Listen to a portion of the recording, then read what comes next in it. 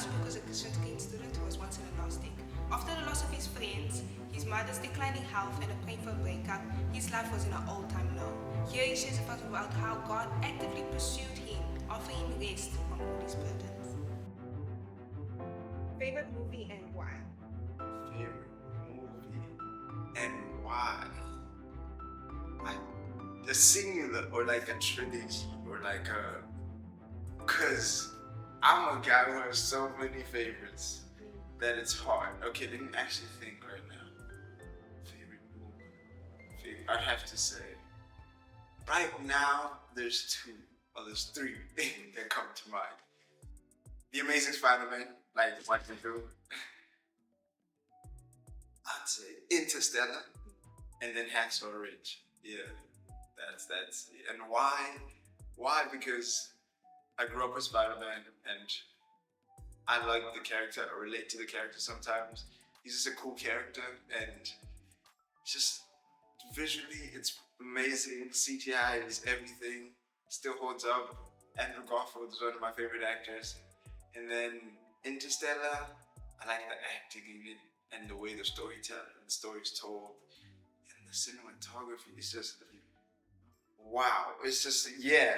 And then Hacksaw Ridge, because of how the acting is, how the story is told, and just how a heavily faith-based movie is, and it shows you that Christians can actually make a good movie sometimes, and not what back in the day we used to have. And I just like how the story is told and how it's based on a true story. So it's like all of that. I'm a history fan, acting fan, movie fan, Christian. I'm like everything is in that movie. So it's like, oh, okay, that's my favorite movie. So yeah. Okay, before you started getting into acting, what was your testimony? How did you get into Christ? Oh, okay. So this is what I tell my testimony now. Okay. Oh, well, I'll speak on the necessary parts that I remember. Okay, before I started getting into acting.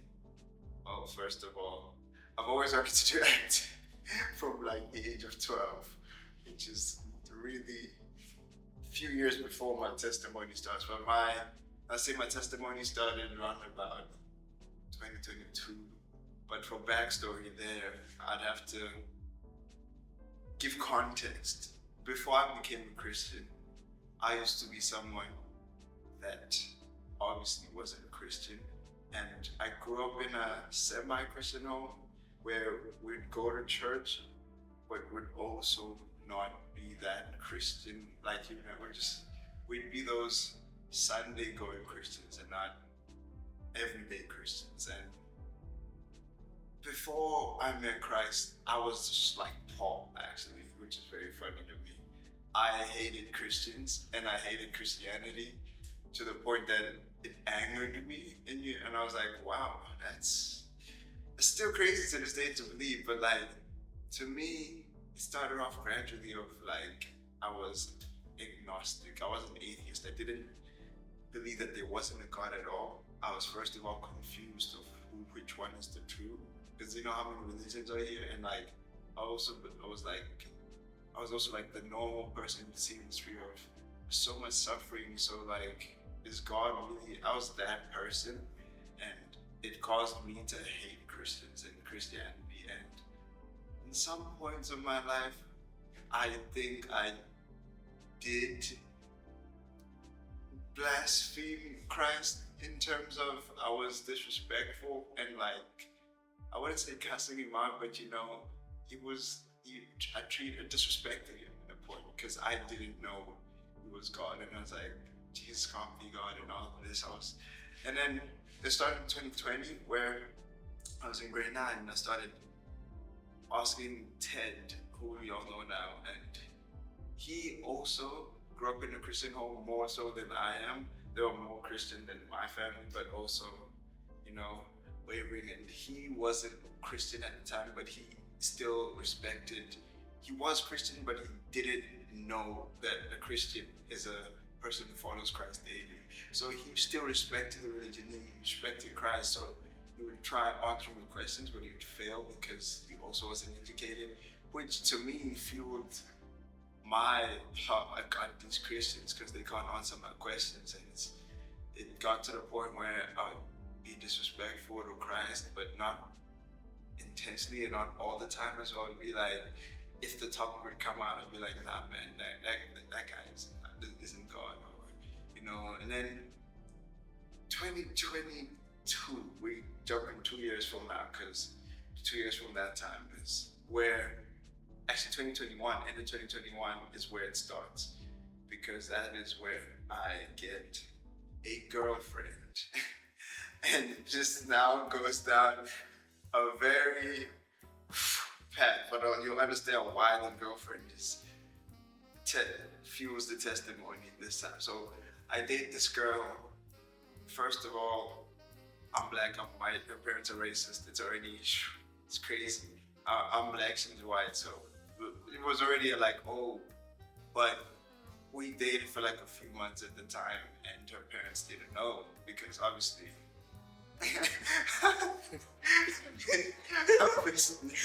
so, and then we got to the point 2022 begins now, and the parents find out, and I'm like hooked over.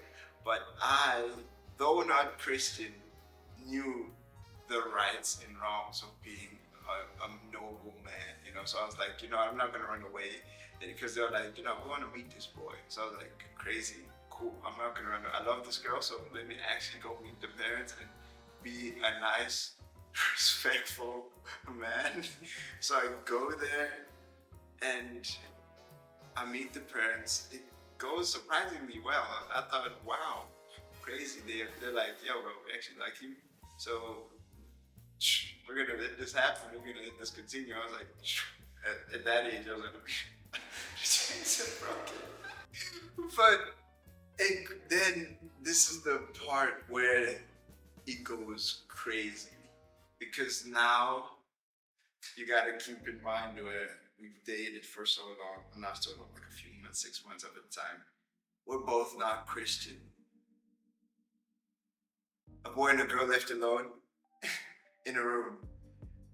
We didn't do anything sexual, like sex, but there was some lustful intentions there. So understandably so. Wow, that was crazy. I was so young. I was like 17 at the time, by the way. I was in a crazy week. But so what happens is the parents like me and the chill out, and then for like a few days we got to know them, and I was like now walking her to the car. I was like getting trust, not like intensely, but I was now living a life where the parents know we're dating. So now I drop her off at the car, I hang out with the family, and then comes that one fateful afternoon where they left us alone in the house, the living room, and it was like, wow. I'm not gonna go into detail what happened, but we didn't have sex, but we definitely did some lustful actions. And long story short is we got away with it in real life. And then because we were kids and we were excited and we didn't know what we were doing, we started talking about it on text. Like, oh, that was so nice, And the parents read the text messages. And then that was my happy time ended, because the parents found out and they were like, yeah, gang, what the heck are you doing? They were fuming, like they were mad, because keep in mind, they already aren't very fond of black people, and I was like the first black person they trusted. So I kind of just fueled their stereotypes that these black people, man. So I take that. That's really on me. So that happened. I was like, it was very, like, they were fuming, and it was a whole shebang where they wanted to meet my parents. Now they're like, yo, we're gonna, because raw, it was a whole thing, right? And then, long story short, they end up saying, okay, we're not gonna go to this guy's parents, because they tried showing up to my house, but my parents were at work at the time. So I was like, oh, so they just weren't gonna come back a second time. It was too much. So like, they just said, okay, we never want you to be with this boy. We never want you to see it near him. None, all of that, just separation. Like we go to the same school, but we were not allowed to even like walk like this close to each other. So we were like, I see her, I'd have to go all around the school. So, long story short is that although I wasn't Christian, I still understood very how gravely wrong that was and what I've done. And I was like very heartbroken because that was the first time I've ever done something like that, and I never knew I was capable of doing something like that. I was like, okay, sure, there's this teenage feelings or hormonal things, but that isn't me, you know? And it was like, why did I do it? I don't know. But I know now that, you know, you leave a teenage boy and a girl that don't know Christ in a room. It's there's a lot of things you're asking for, you know. And so yeah, keep in mind before this also, I wasn't also a good boy. I've also been doing bad things, but I hadn't done bad things to that point because I also smoked weed at the time and cigarettes, and it was like, oh, crazy, but it wasn't all the time. It'd be like for fun. So maybe like once every 3 months, I'd smoke a joint because it would be at this gathering where they are doing it. I wouldn't be a person who lights up for just the sake of lighting up. I wasn't addicted. I was just doing it because it was cool and it made you feel all woozy, and you know. So yeah, so that's a recipe for disaster as well. So then, so this lady, long story short is we can't be each other, but we love each other to the point that we like, okay, we did split up for like, I think we lost it like a month, and we are like, yo, we can't handle this. So we do a Romeo and Juliet, where we're like, we're gonna date in secret, and then we started like, because they took her phone away, right? So that was for like a period of a few months. I was on Romeo and Juliet, writing letters and like giving it to our friends to just pass it along. And it was like I was saving up to the point I got it like a tiny burner phone that like was like 500 rand, and you know it was up to date enough that it could have WhatsApp. So I got her that, and then we started talking and talking, but like our relationship stopped turning more into romance and into it was romance, but in the worldly romance where there's lust involved, you know. So it was just like this whole un-PG messages being sent to each other, long things, and it just and throughout that time, by the way, from the beginning of 2022 February, like right, all the way till the end, like September or August, my life just kept deteriorating. This is like one storyline. This is one storyline out of so many that were happening. So that while my relationship was failing and I was trying to save it and it was breaking and breaking me because like I'm covering basically a lot of things happened that aren't really necessary, but like it was very just a heartbreaking experience because so many things were happening. I felt guilty. I was feeling all these emotions, and then on top of that, my friends were. I was like, for some reason, because I'm still focused on this relationship that it consumed my mind to the point that I realized that I haven't been like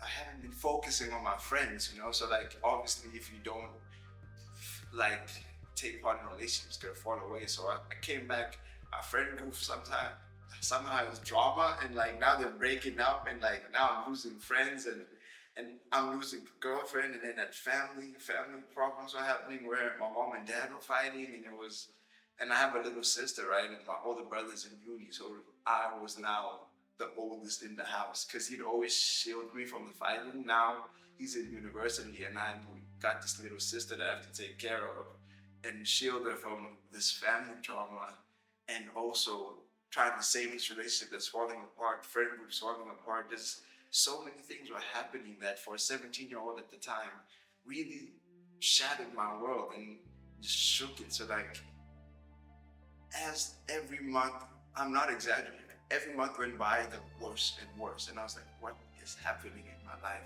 To the point eventually I broke up with this lady, and like, well, yeah, I did eventually, because we were like, it's too much in our lives, it's causing us pain, because they found out again that we were dating, and then that was even worse because then they came to my house, and then there was the parents were fighting, and it was this whole thing, and then also her family was also abusing her, so it was like they started doing it more because of me, and it was like they would hit her, and it was like I remember there was one time they slapped her in front of me. I was like, yo, I was a 17-year-old at the time who was, you know, and it was very traumatic to see. And then we realized that us trying to keep this relationship alive is causing more problems in our lives. So as much as we love each other, let's break it. And that, because that was like, I would say that's the first time in a worldly sense, because now I understand fully what love is, but in the most loving way I can as a person in the world, that was the first time I've ever loved someone that greatly. And losing her was like, oh, okay, this is shattering. And then, yeah, man, also, yeah, that's not necessarily.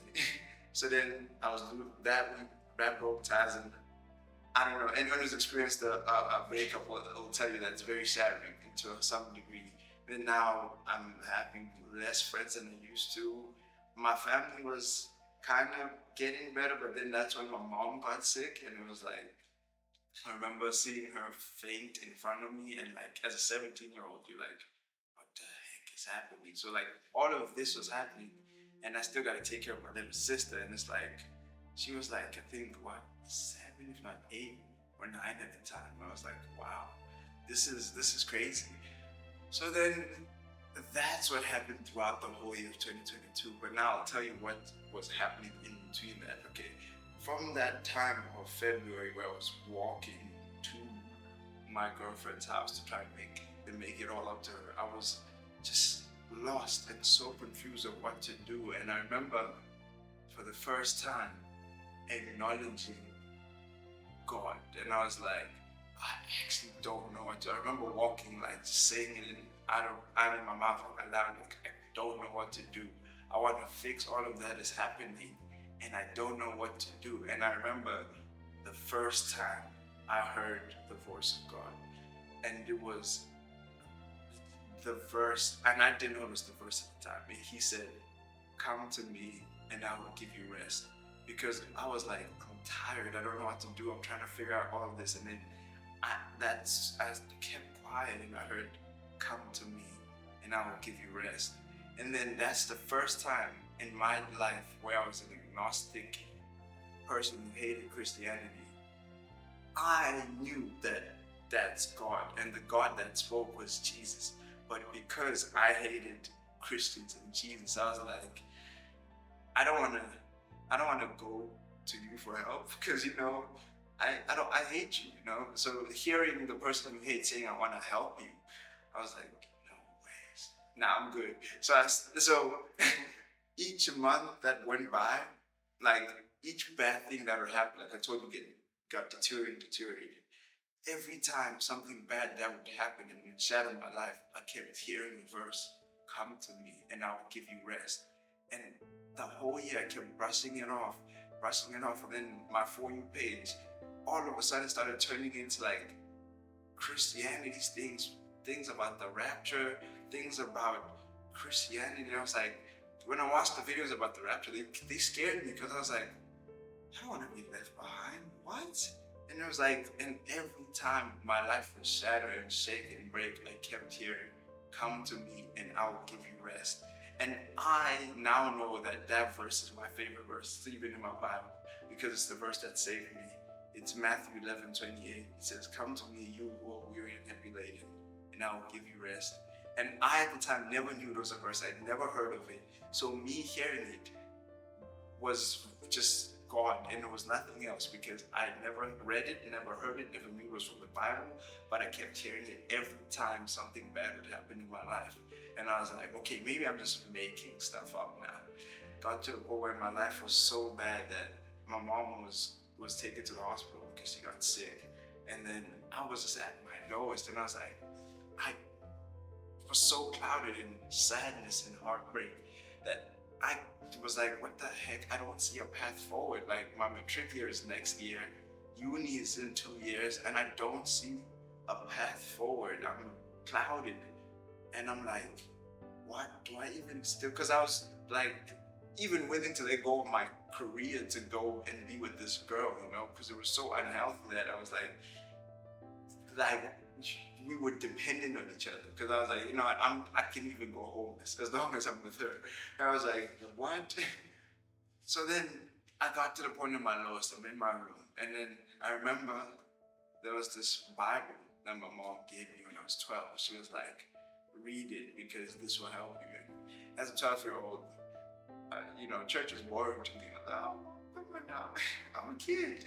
I was one of those, I'll read the Bible when I'm older.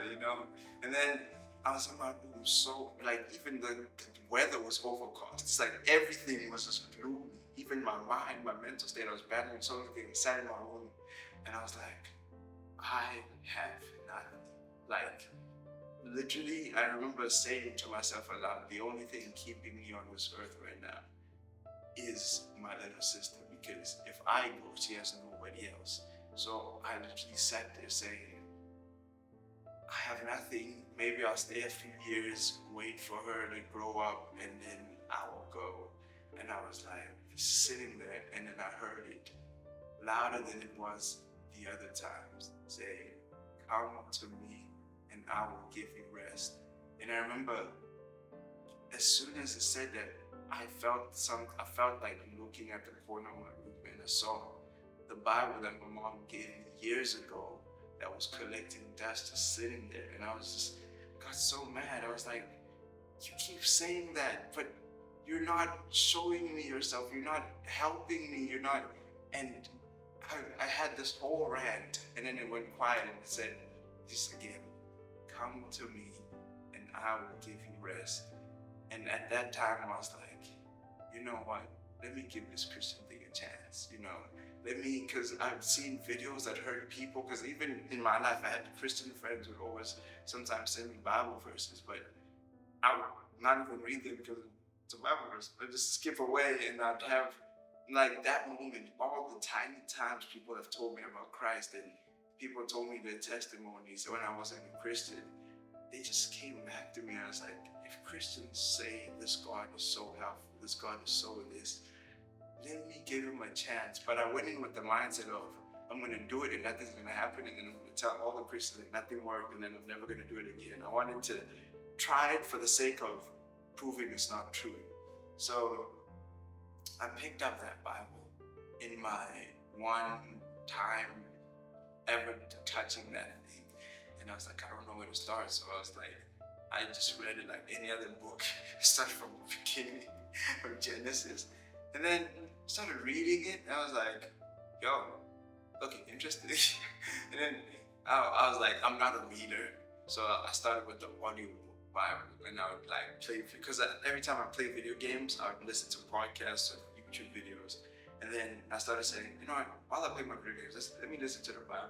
And got to a point where I would listen to it like every day, to a point where I would play my video game and I just put the video game down. And I was like, what is happening in the Bible? And it's just, as I kept reading, the fire kept growing, and I was like, no ways, I can't just keep listening. Let me actually open and read this. And then I started reading it, and as I was reading it, I didn't know what was happening within me. I just thought I was enjoying reading this book. And then I started things that I used to ask Christians like years ago, or things that I used to say, I don't believe in Christianity because of this.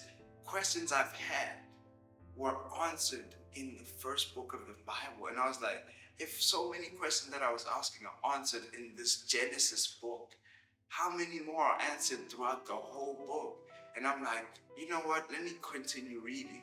So as I was continuing reading, I didn't know it because I was so consumed in this that my life was just fixing itself. Like, my mom came out of the hospital and my friends were starting to reconcile, and I didn't see it, but because I was so consumed in this. And then I just started feeling conviction. Like, for the first time, I was like, what am I doing with life? And I remember it was like, because I used to swear a lot. And I remember the first time, like, when I started reading the Bible, I still used to swear. And then there was that time where I just saw that verse that talked about, no detestable words should exit your mouth and all that. And I remember seeing videos about Christians don't swear, and I remember feeling the first time conviction. I was like, what? And I said a swear word and I felt convicted, and I was like, I didn't know it was conviction at the time. I didn't know what was happening, and it was so weird to me. And I started reading. I started saying, okay, I'll read like 4 chapters a day, and I still stay there. I read 4 chapters daily, but then it's like I read 4 chapters a day, and it just life got genuinely better, bro. It's like I was reading my friends, like, because they didn't know what was happening. I came back because what they knew was we had like split up for that time, so they were living their lives, and I came back a different person. Like, I remember the first time I started talking about Christ, they were confused. They were like, who are you, bro? Like, because it was, to them, it was a few weeks have gone by, but why am I now reading the Bible? Me, who used to hate Christianity so much that I'm not reading the Bible, and they still weren't Christian at the time. And I started reading the Bible. I started actually taking what it said and starting to fix my life and stop cussing. Which, like, that was like the easiest thing to let go, because that was still when I had complete faith. Like, it was faith like a child, where I saw this God that was, like I said, I'm a history fan, I'm a historian. If I didn't become an actor, I would be a historian. And when I saw the historical accuracy of the Bible, I was like, this cannot be a coincidence. And there was so many things added up, and it was so that my faith just got stirred and increased to the point that I was also the last fullback in the day. So then that was something I struggled with for a long period of time. But I remembered back before I became Christian, when I would have lustful intentions or do lustful actions, I wouldn't feel bad.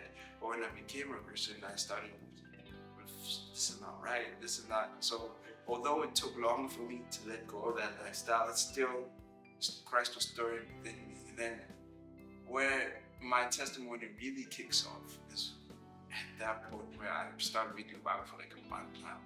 And then I started feeling the urge to, because I myself had never known of the stories in the Bible. Like, although I grew up in it, I've heard the songs, Father Abraham and Noah's, but I never knew the stories. Like, if you would ask me at the time what happened to Noah, I just know that Noah had a book.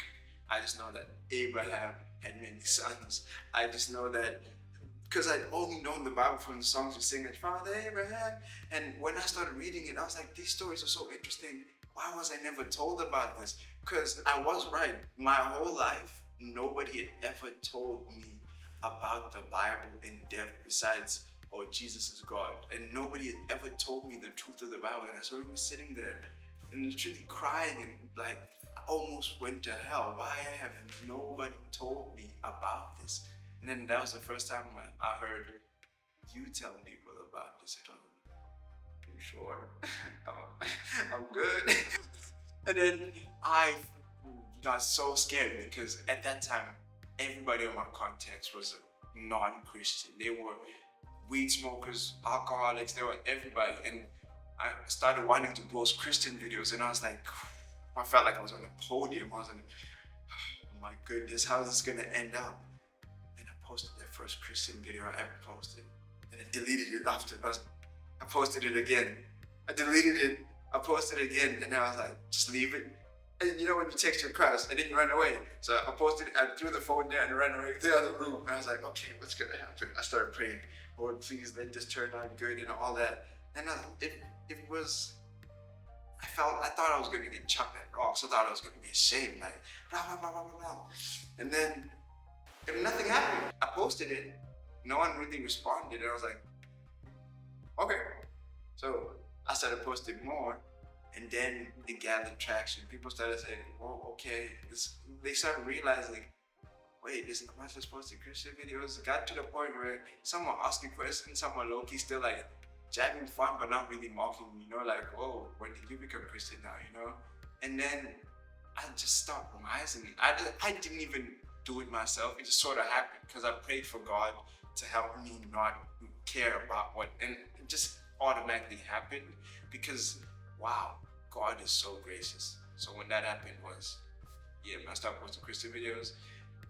Some gathered traction, but what happened from that was that so many other people started actually asking about Christ and wanting to learn more. And that's the first time I actually realized what I want, what this earth, what I'm at this earth for. Like Christian, like go tell everyone about Christ. Everyone wanted to learn, and when I post Christian videos, they were learning and they were growing to the point that I started off Christian. No one else in my context was Christian, but now everybody, if not most of them, have turned to Christ or have now a better perspective on Christianity. Because the reason most of us weren't Christians is because we had grown up with a false Christianity where we'd see Christians telling you about God, but they themselves were bad people who would smoke with you. Like, you're here drinking with me, but you're telling me you're Christian, and there'd be all of this. And to me, it just felt like a whole, we're just acting, and it's not really, we don't really respect God like that. Then I got to the point I was like, after when more people started asking me about Christ, that's when most people started actually posing questions that I couldn't answer. And then I got led down this path of, before I even made sure that this is the truth, let me actually study so many things. So I went down this path of, I studied all the other religions. I studied Islam, I studied Judaism, I studied Hinduism, I studied even the African religions, like some ancestral worships, and I studied all of them, and then I posed them all out with Christianity, and all of them had major flaws besides the Bible. And it was like, I studied not even just brushing, I literally had the books. Like, I remember I borrowed the Quran from one of my Muslim friends, and I started reading them, and it was like,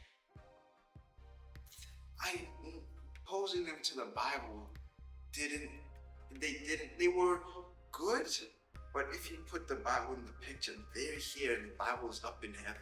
Because they had so many major flaws, like killing and all this, and I was like, and major things that didn't correlate, they were contradictory and everything, and I was like, nah, this can't be. So I was slowly studying it and putting the Bible away, and then I realized, no. So I went back to the Bible because all of that was nothing. So then more people started asking me about Christ, and I became this guy at school where they started even giving me the nickname Pastor Amahle, because in a school where we didn't know Christ, people came to me to learn about God. And then I myself, that's where I first learned that the Holy Spirit speaks through you. Because I did not know most of what I was talking about, but everything I would say would be biblically accurate. And I was like, this is not me speaking, this is someone else. And then I grew later on to learn that this was the Holy Spirit. And then it just got to the point where most people, I unfortunately did lose a lot of friends because some of them didn't turn to Christ, but most of them did. And then most of them had I had Muslim friends, I had Hindu friends that now have a better perspective on Christianity and are actually wanting to learn more. From then, so many people I knew have converted to Christ, not necessarily because of me, but of some influence that I had in them, because I started getting into debates as well, not physical, intellectual debates like how Cliff does. That's why I also listen to Cliff. I was in intellectual debates with Muslims, Hindus, and all of this, and I won as a Christian who was only a Christian for a few months. And to me, that's still bizarre, because I've learned way more than I knew then.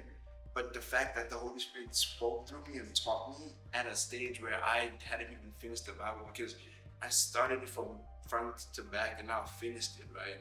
Now I'm doing back to front, because you can never stop reading the Bible. There's always something to learn. And I know way more now and way more theology than I did. But because of that, so many people converted to Christ, because I took that one faithful step to listen to God and tell people about Him. To the point that I remember I prayed this one prayer saying, God, please break my heart but what breaks yours.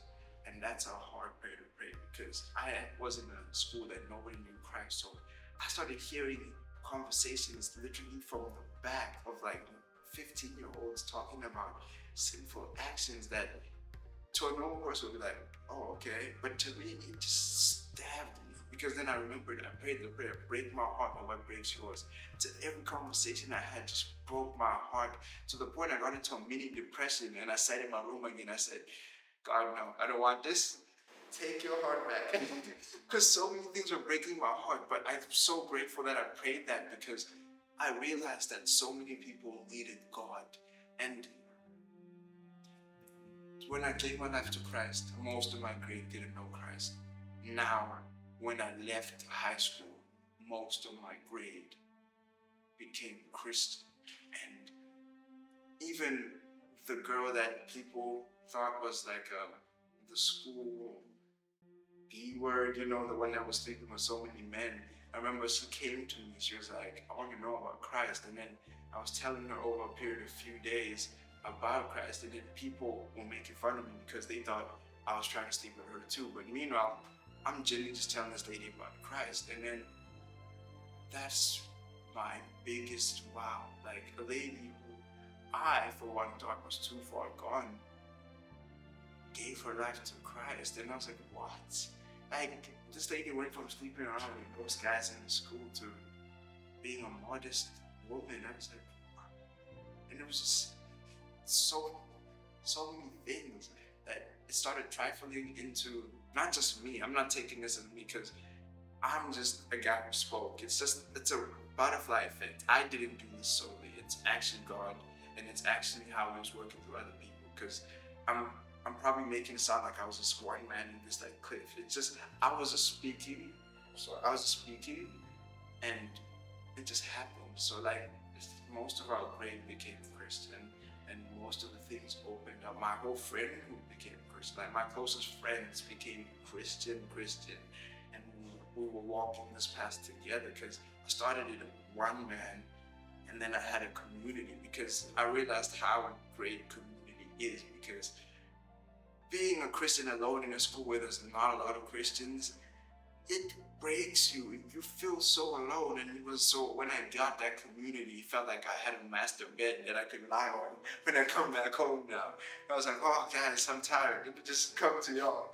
So yeah, we had that, and then some other grades, like in grade 11, 9s, and 10s, like a few, like 5 people in there also started giving their lives to Christ. But it was just a tiny thing where there was nobody who was Christian. Now most of them were Christian, to the point that our matric year was called boring, because what usually happens in the tradition of our school is the matrics are hooligans. They do things, they drink, they go to parties, and we were just the matrics who wanted to just study and do our work. So they called us boring, but it's just because we were Christian, So yeah. So that it wasn't all sunshine and rainbows. There were people who were also persecuting me, making fun of me, not giving their life to Christ. Other bad things that were happening in my life as well. It wasn't all sunshine and rainbows, but I had a standing in Christ to make sure that, like, most of it is good. So why should I focus on the tiny bads? And then, yeah, man, now fast forward, I'm here. I've been a Christian for 2 years and 9 months now. So a lot has happened in that 2 years. I've spoken to a lot of people. And yes, during that time is when I started realizing I've always wanted to be an actor. I was since the age of 12, but my parents would always say no because, African parents, they're like, you gotta be a lawyer, this and this. You can't be all that artsy nonsense. So I've been convincing them to let me do acting from the age of 12 all the way to matric. I even said, I made sure that they didn't have a say because it's my career. So at the end of the day is when they were telling me to apply for universities, I didn't apply for the universities that they wanted. I applied for what I wanted, and I even said, if I'm not doing this, I'm not gonna go to uni, and I'm just gonna go work. And my parents, if you tell them you don't want to get educated, they get scared. So like, okay, no, you're not, go to uni. So when I told them I'm not going to go to university if you don't let me do acting, they were like, okay. But over the years they were working up to it, so it wasn't hard. So they're like, we'll eventually let you because we love you. At the end of the day, you choose what you want to choose. So I was also like, do I want to be an actor? Because I started seeing the darkness in the industry. And I was like, I'm a Christian. Is this for me? And then I remember praying to God, and I was like, God, I don't know what I want to do. This is what I love. I've loved it from birth. I feel like you're the one who instilled this passion for me. But if you say I shouldn't be here, I won't be here. And I remember I was praying, and I got dreams and visions of me in the acting industry, having a great influence as an actor, like being successful as an actor, but preaching the word of God, you know what I mean? And it was like, I remember I got this vivid vision where I was receiving a very big award. It was either like an Oscar or like a $1 million or that, but it was a big award, and I was on stage. And I looked way older than I looked then and I look now. So I think I was in my late 20s at the time. And I'm in a big crowd and I'm holding this Oscar and I'm telling people about Jesus. And then even in that vision, people reciprocated the love of Christ, but it stirred up a lot of like controversy, like that I knew as I was speaking that this is going to stir up a lot of controversy. And I was in this vision, like, what does this vision mean?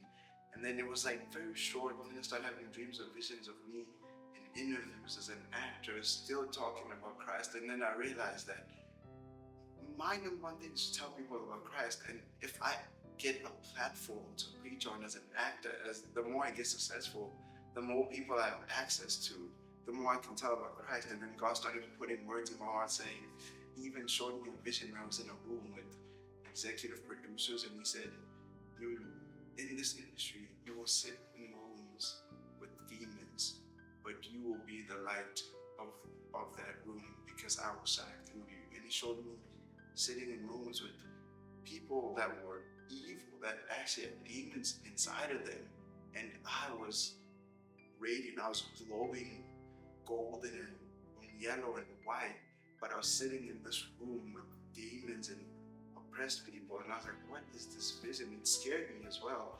And he said, do not fear, you will be sitting in rooms with demons, but you will cast them out because of I that is in you. And I was like, wow. And he was like, you will be a light in an industry where that is dark. And he said, fear not, for you will not be alone. And I didn't know what he meant by that, because he also showed it in a way of, in this darkness, that there were other people that were glowing, that were like multiplying. And it was like, he said, there'll be other people in this industry with you, sharing the same light that is within them. And I didn't know at the time. I was like, okay, maybe in the future, in my acting industry, I'll realize that there's more Christians in the acting industry. And then I came after a year ago, I have a huge friend group of Christians now. I finally realized what he was talking about when he said I won't be alone in this industry, which is my main assurance that as Christians in this industry, we gotta stay together. So at the end of the day, when he showed me that, I knew this is what I need to do. And I've always been naturally good at acting, so it never came hard to me. So that even made it more that I was meant for this, you know what I mean? It was instilled in me. People have gifts, and I've realized that maybe I've been battling this for so long, but God has been showing me that one of my gifts is dreams and visions, and it's like the visions I get usually are for me as well. They usually always to help the body of Christ. But one of the gifts He's given me is acting. So I've realized that that's what I'm going to do. I'm very passionate about this. I'm passionate about Christ. I'm passionate about God, Christ, and then I'm passionate about acting. You know, that's two things that give me up every morning with a smile. I wake up knowing that Christ loves me and He's giving me this day that I get to act. And it's like, acting is just, acting is a passion of mine. And I remember there was also times in my Christian walk where I started falling away as well, where I was like Christian, but then I also still was like, I fell like as a Christian does. And I remember there was this one period of 2 weeks where I was falling away, I was backsliding. Then I remember I was going to pee in the bathroom, and like I was backsliding. Like I was starting to walk away, and I was going to pee in the bathroom. I peed, and then I think I got taken into this type of vision place or thing because it went from reality to a vision where I stopped peeing and I washed my hands, and then as I looked back, I saw one, two, three, four angels around me. And I was like, what the heck is happening? So they take me, right? They start flying upwards with me. And as I'm flying upwards, I'm very scared. I was like, what the heck is happening? And we go like out of space. We go to what I thought was heaven. I saw it heaven. And as I see it and I get closer, I was wearing a green hoodie. That hoodie started turning like white as I was getting closer and closer into this dimension that was heaven. And then I was dropped. Like literally, I got in, and then they dropped me, and I fell, and I felt myself falling like I was skydiving, and I was literally falling like I was so scared. And as I fell, I heard the voice saying, "You were so close, but you walked away." And I was like, "What?" And then literally when I touched the ground, I was back in my bathroom, and I was like, no ways. So I run back into my room. I sit there in repentance and I just start bawling my eyes out and I open my Bible. And remember, a few days later, I saw this verse that says, those who aren't in Christ before they're taken away, they will see the kingdom of heaven and then go to the lake of fire. And the vision, I literally saw heaven and it dropped back down. And when I backslid, I said, never again will I do that. Because that was I felt so sad because I saw it and I was like, this is so beautiful. And I was like, nah, I don't want it. And to this day, that's one thing that keeps me like going, that this is truth. Like, I believe 100% that this is truth, but that's where my testimony ends most probably. It's present day. I'm a Christian, posts Christian videos all the time. It makes it laugh to tell people about Christ. And yeah, that's my number one goal. That's it. Yo, how do I see something after that? Oh my gosh. If you were by the Oscars right now and you had to give a speech to the whole world, including the aspiring Christian actors out there, what would it be? What encouragement would you say? Encouragement, I would say, do not give up on what you chase, on what you like, and what you're fighting for, especially in the industry we're in. Regardless of what people say, keep going. And I am not here by my own strength. I am here by the strength and power of Jesus Christ, who lives within me and loves all of us. That He's blessed me with opportunities to be on the stage, with the awards I've been given, the opportunities I've been given. And I just want to let y'all know that He loves y'all and He calls you. He says, come to Him and He will give you rest. Whatever you are struggling with, whatever you are battling with, just know that there's a God that loves you and He's calling for you to come to Him. And without Him, I wouldn't be here. Without Him, I wouldn't be receiving this award. I wouldn't be in the stage. I wouldn't have the opportunities that I'm having. So just know that God is calling you to Him and that other Christians are here. We are the light of the world. You are the light of the world.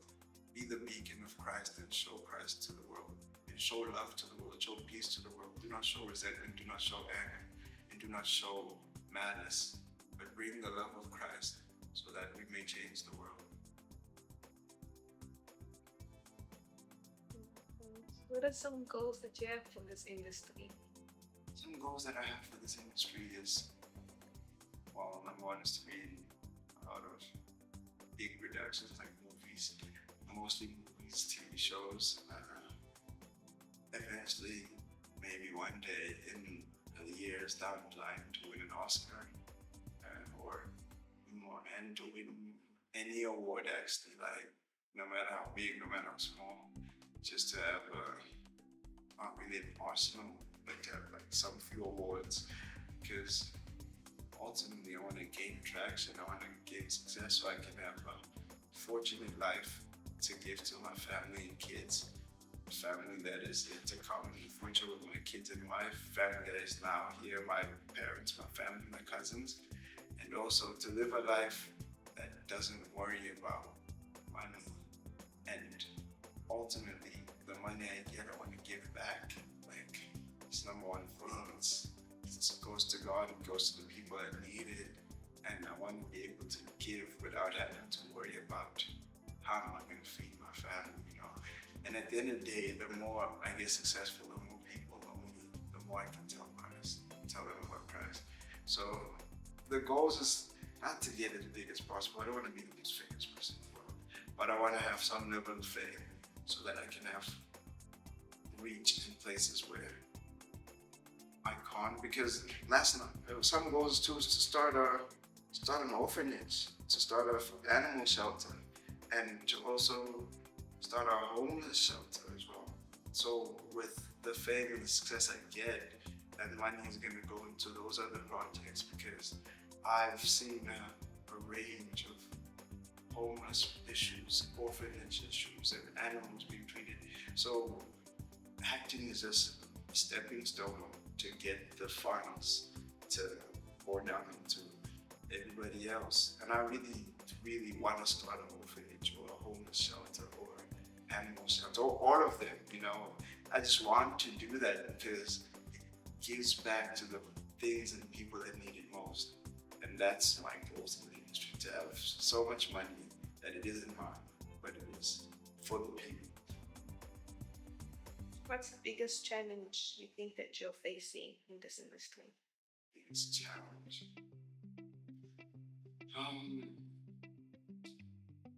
There's two. One is the work that goes into getting where I want to be, because I've understood it's not just I'm going to need to. God has even told me himself that I'm going to need to work to get there, because he's even told me that before I even entered the industry. Like my last year of high school, he told me to strengthen my relationship with him more. Like God, he's told me that the way he wants me to pray is way more than most people would say the average person prays, because it says I need to be connected to him in order to survive in an industry that is moving like this, you know what I mean?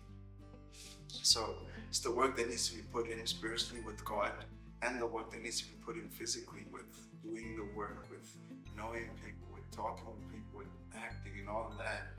That's the biggest challenge, is to actually get disciplined. I don't want to say motivation, but get disciplined to do and actually get to where I want to be, because where I am and where I want to be, there's a huge gap, and I don't know how I'm going to get there, but I know that I'm going to get there, and it's going to be through Christ and no one else. And yeah, so that's one. And then the second is the challenges that come from hate and jealousy from a person, from the non-Christians.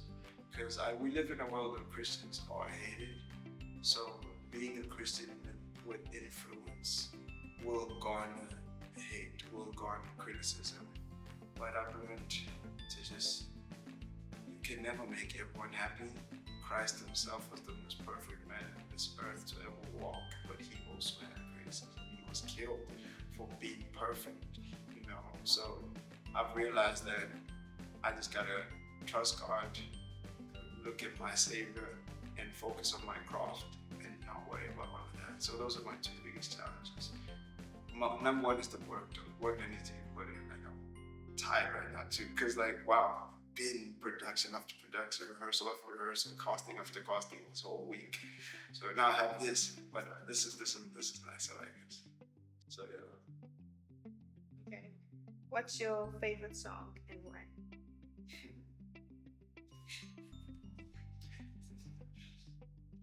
What's gonna be most? You think I have one? Like, you ask me my favorite anything, I don't have one. Like, even my favorite person, I'll tell you, so many people. And it's like, okay, favorite song is, I'll start from oldest to newest, like the first ones. So it's Touch of Heaven by Hillsong Worship. And then So Will I. Lift the mountains bow in reverence. So yeah. And then it is Oh Come to the Altar by Elevation Worship. And then it's